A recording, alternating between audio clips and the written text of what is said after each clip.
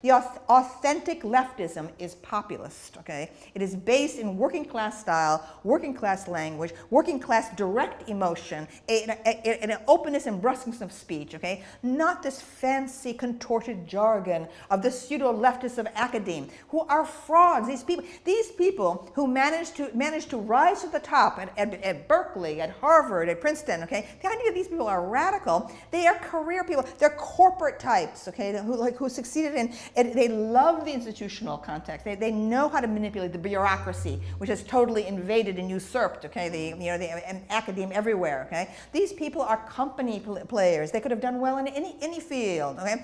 They love to sit in endless committees. They love bureaucratic regulation and so on. There's not one leftist, okay, in American academe raised his or her voice against the obscene growth of tuition costs, which have bankrupted a whole generation of young people. Not one voice, okay, to challenge that invasion by the bureaucrats, okay, absolute fascist bureaucrats, okay, they're like they're cancerous, okay, there's so many of them. The faculty have completely lost any power in American academe, okay. It's a scandal what has happened, okay, and they deserve the present servitude that they're in right now, okay, because they never protested. Okay? Yes. My first job at Bennington College, 1976, I was there when there was an uprising by the faculty against encroachment by the Board of Trustees and the president, okay, and it was a huge thing. It was reported on the New York Times and so on, and we pushed that president out, okay, and there's not been a single uprising of that kind against encroachment by the trustees and by the administrations in all these decades, okay, passive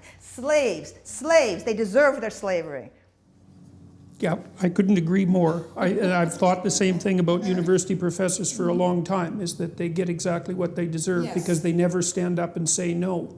Mm-hmm. And the fact that in the United States, it's not quite as bad in Canada, I wouldn't say, but the fact that the students have been essentially handed a bill of indentured servitude here for their student loans is absolutely beyond comprehension. You know, it seems to me that the bureaucracy has basically conspired to determine how to pick the pockets of the students' future earnings, right?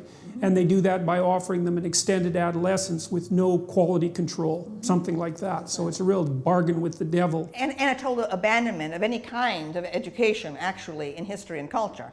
Right? It's gone along with it. That is the transformation into a cafeteria kind of a menu, okay, where you can pick this course or that course or this course without any kind of guidance from the university about a central core curriculum that teaches you history and chronology and introduces you to the basics, right? Because our professors are such prima donnas, they can only teach in their little areas. So we have this total fragmentation, okay? The great art history survey courses are being abandoned steadily. Okay? Why? Because graduate students are not trained to see the great narratives. Because we are taught now that narratives